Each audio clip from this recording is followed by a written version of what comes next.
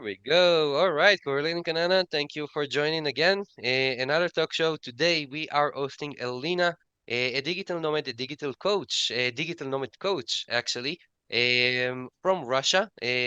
Actually, she left the corporate life and become a full-on digital nomad, and she's consulting, helping, and in the future gonna have even a digital course about how to become a digital nomad.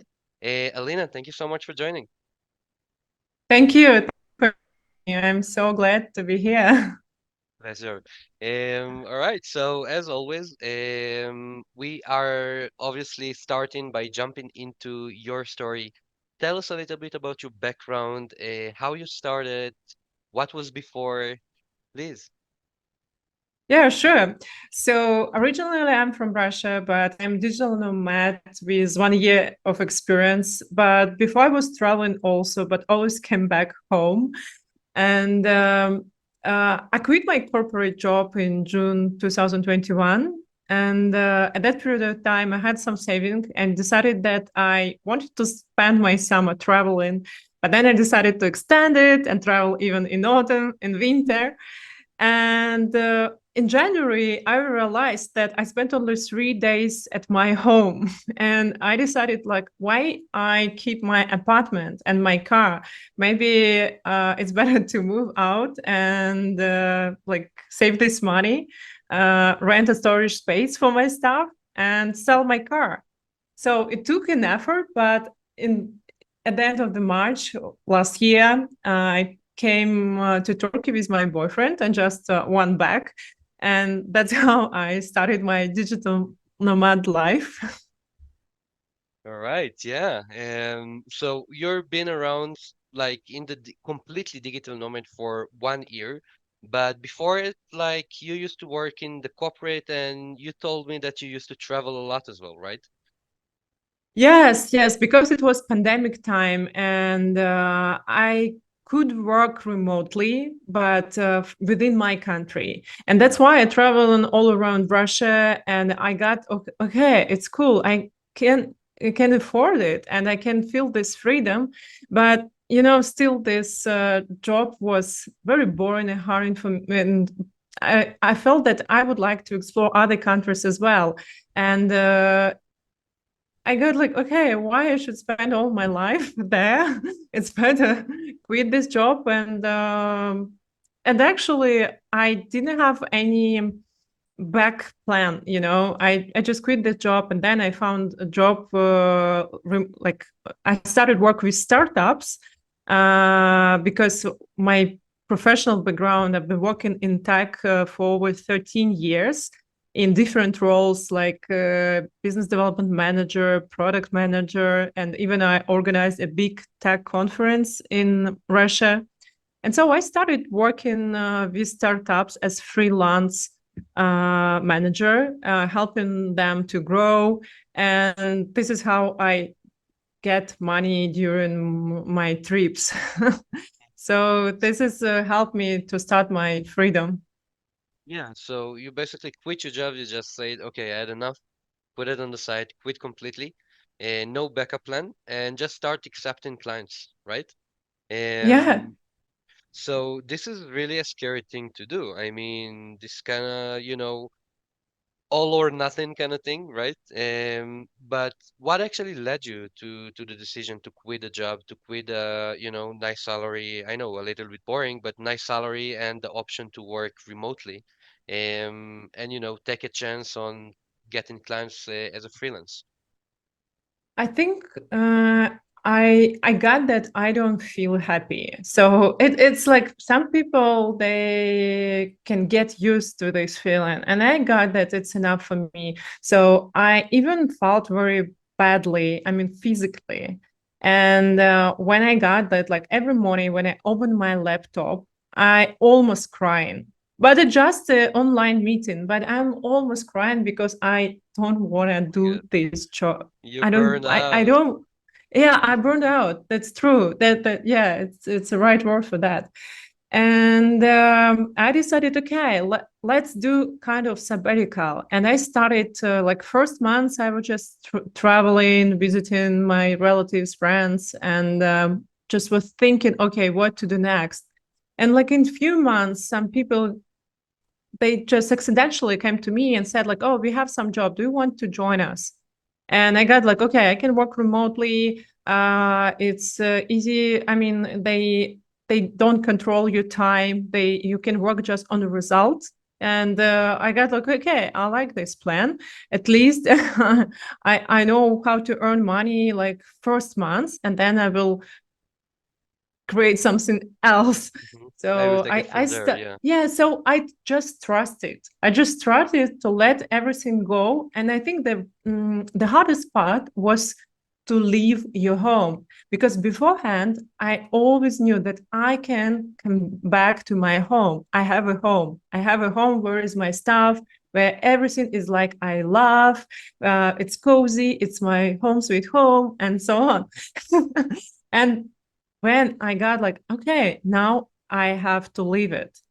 And it was not easy to pack all your life in these boxes and move out to the storage space and leave. And just this understanding that you don't have a home, it is psychologically, first time it's really hard. But then when you come to a new place and you got what you get, what you have now, you have, okay, I can live by the ocean or by the sea. I can live in very good climate and have very good delicious food. I can meet new people. I'm free. And then you do understand, okay, it's it's, maybe it's much better than just stay in one place. And tell you the truth, I hate winters. I don't love, in Moscow, it's really bad weather in winter. It's dusty, it's cold, it's slushy. And for me, it's always was my dream Yeah. not to have winter. And when now I like almost 1 year living without winter, I'm so happy. I became more healthy because I have a lot of sun. I eat very good food, and I have time for different kind of outdoor activities. I think it's kind of dream life. Yeah. It sounds like that. Now, I want to kind of go back to the idea, your first scare of leaving home, like Yeah. wrecking the list, storage everything, selling the car, buying a ticket. So this is a big thing to do, right? So for us at least, it was kind of we know that we had a plan. We know that we need to do it at some point that we didn't care as much, right? So I didn't felt like we felt at home over there and we had all of our stuff, et cetera, et cetera. You know, storage the important stuff, but other than that, I was good to go. A lot of people, right, getting attached. If it's like the scare Yeah. of what I'm gonna do when I'm come back, I have to come back home in some point, right? So what I'm gonna do, or like I'm gonna need to buy this or do that again or go over. So a lot of people scare from this thing, right? Yes, people are so attached to this material stuff. And when I started living like that, I got, okay, what I need is it's all in one bag. So actually, it's reassessment of all your values. Now I do understand that I don't need so a lot of material stuff and to spend money on this shit. I mean, that's Exactly. it's actually it's really a great shift in your mind when you realize it. And as I was making research and talk to people, interview them, and ask they are not doing this step, even if they want, the people, they are attached and they have this fear of uncertainty. And Yep. I also had this fear, and sometimes I also have it even now, but I get used to it. I think I got like, the world is unstable now. You never know what happened tomorrow. And I got it like, it's okay. It's a new flexible lifestyle. We are new, I don't know, new time people, they are so different because we can get used to any culture, to any place, no matter what happens around. That's why I think it make you stronger, Yeah. definitely. So it's changing the mindset, right? Right. Um, from being fixed on one place, my stuff, my belonging, my material stuff to actually break free from any chains or everything that, even in a matter of make your bag heavier, right? I'm good with letting go. What led you, or how did you actually get to the place, of changing the mindset? I mean, it's not easy.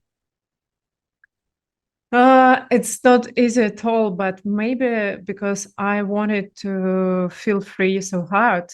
And maybe also the thing that it's my country started a war and I was against it. It's also helped me to change this mind.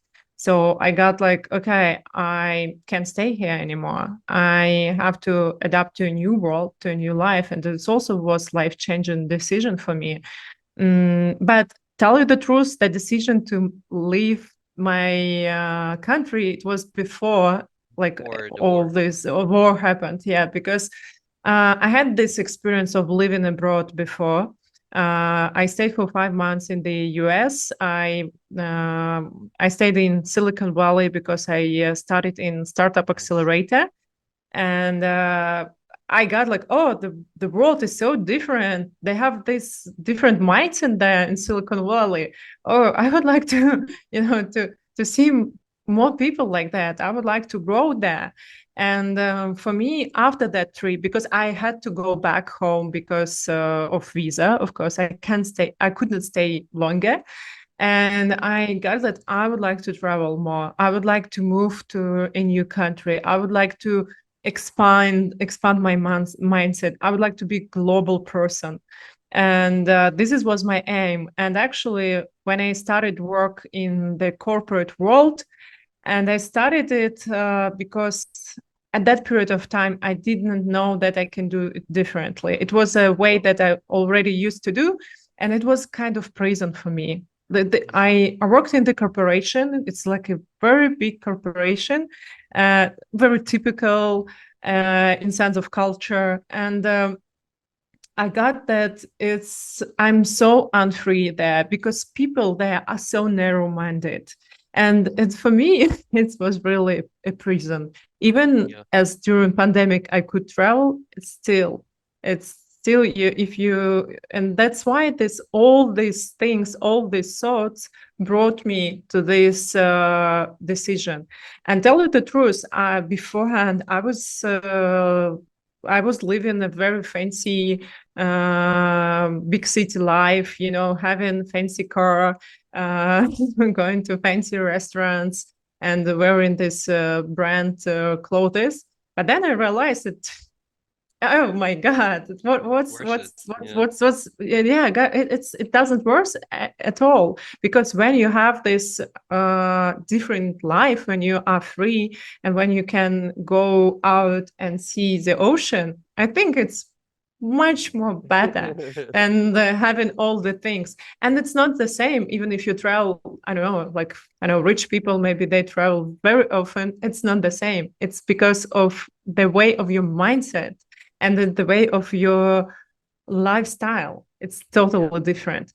And some people don't understand it. Some people actually think that it's nomad. It's people who are, I don't know, these downshifters, backpackers. They don't Yeah. realize that you can have a good quality life.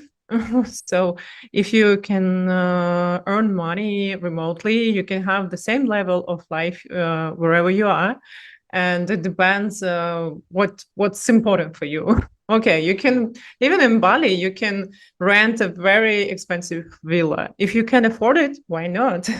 Why not? It's just a matter of your budget. And that's the prejudice. People think that's nomads. They are kind of people without, they are homeless. Yeah. I And mean, people who are freelancers, they are people who don't have a proper job. I That's I but I hearing this so much. Well, it is a way to travel, one way to travel, right? Making some money and travel while do that, and then you're on a budget, obviously.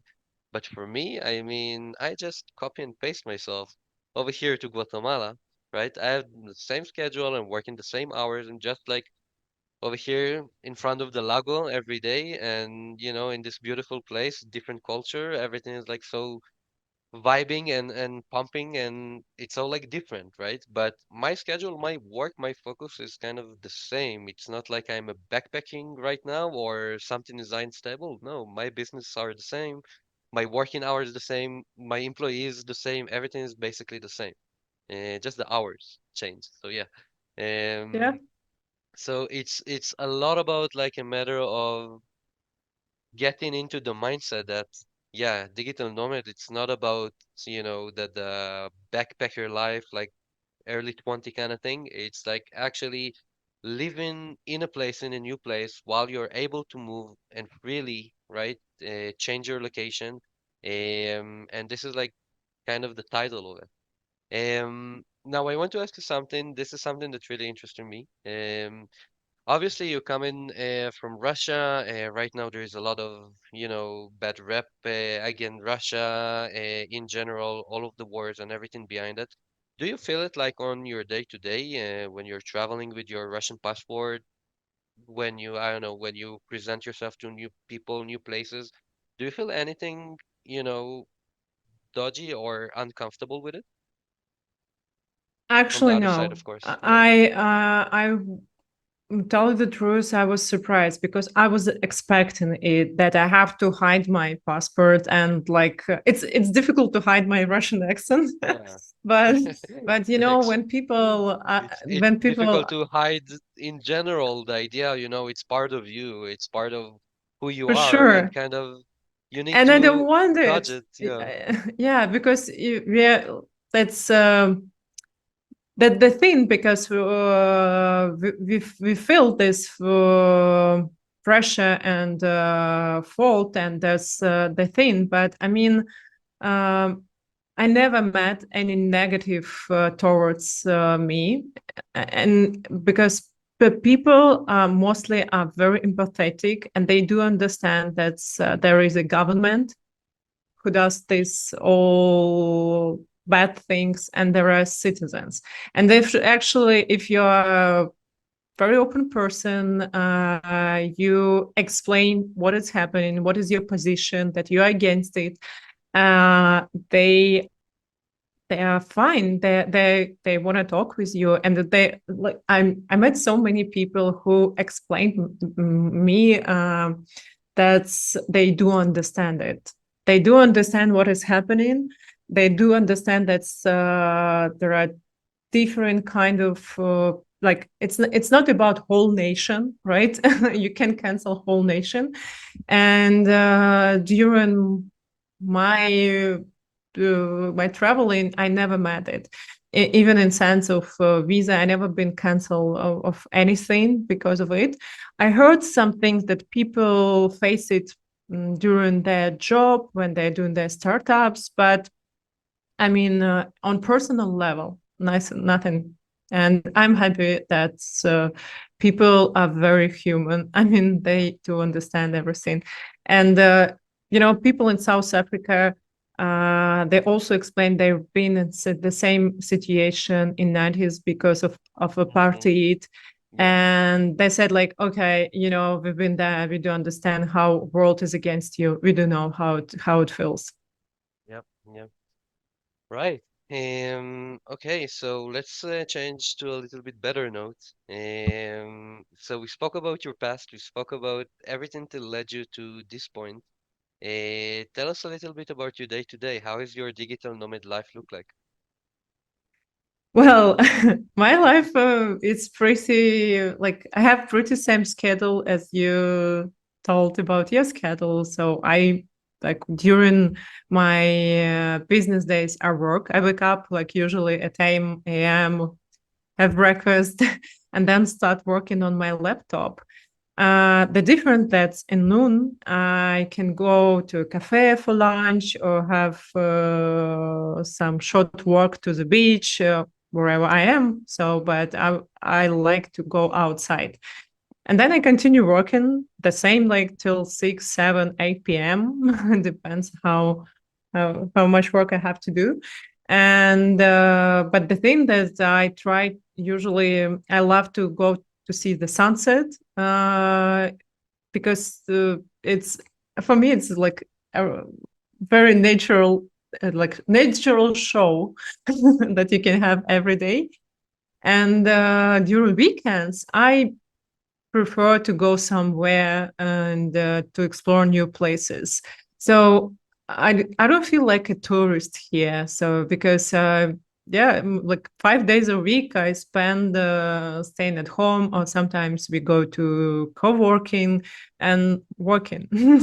So this is I, the difference. I think the best part of this nomad lifestyle, the best thing is that you can explore the places and find local gems that you hardly notice when you are on a short touristic trip. Yeah, Uh, absolutely.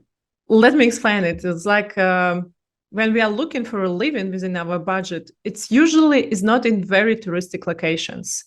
I mean, like not in the downtown where they're all Yeah. these hotels.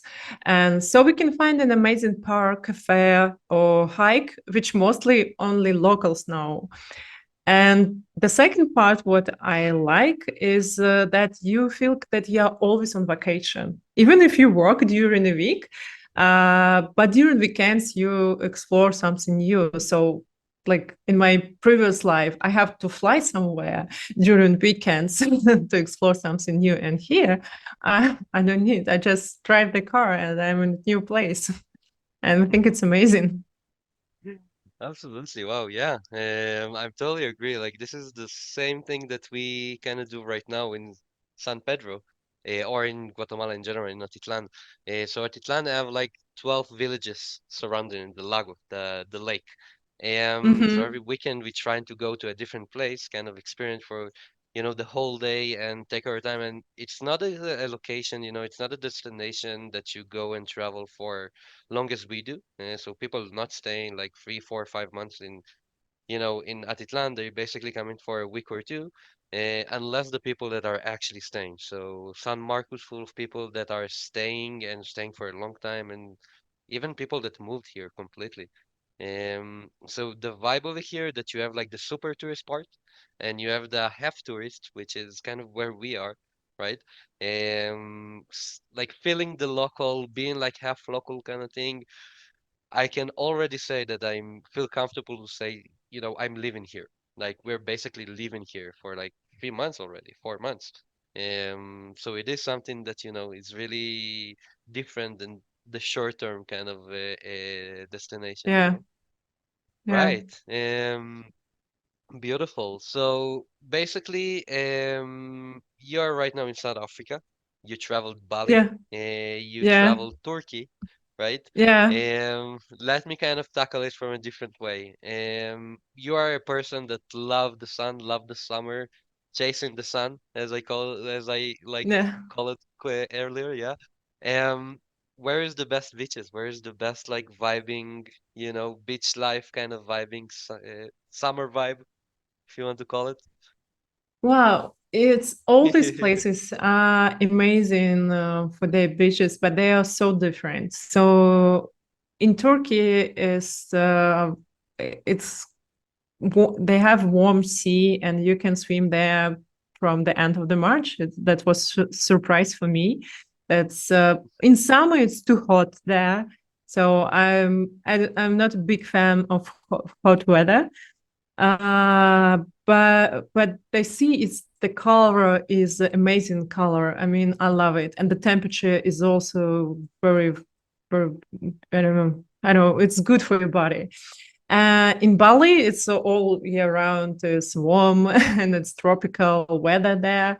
But from November to the end of March, they have rainy season, and that's why there are a lot of trash on the beaches, and the ocean is not clean because it's storming. It's constantly storming there.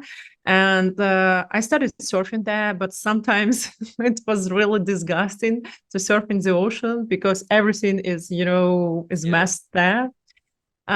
So it's better to come not in rainy season to Bali. But the ocean is warm. It's amazing to surf there. You can spend like 2 hours in the ocean and you don't freeze.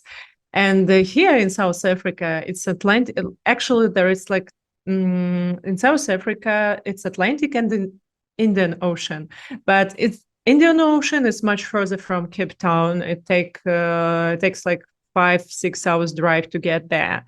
And in the Indian Ocean, it's much warmer to swim. But at Atlantic Ocean, it's really cold. It's freezing. But I don't know, locals, they swim in these special wetsuits and also they surf in the wetsuits. I tried it, but I got like, oh no, I don't like it. So, anyway, the beaches are beautiful, and I think the beaches are beautiful in all these places. That's the difference in in water temperature. I think so. Right. And right now you are in South Africa. Whereabouts exactly? In Cape Town? Nearby Cape Town. Nearby. Actually, yeah, it's we stayed in Cape Town right in the city for a week, and we got that we don't like it. Cape Town is not a safe city, and South Africa is not a very safe country. You can get robbed very easily, and that's why you should be very cautious, and it's better to stay in more residential areas because they have this security monitoring, and people have here this electric fence, so Of because course. of a lot of Home invasions. situations Yeah. happen, yeah.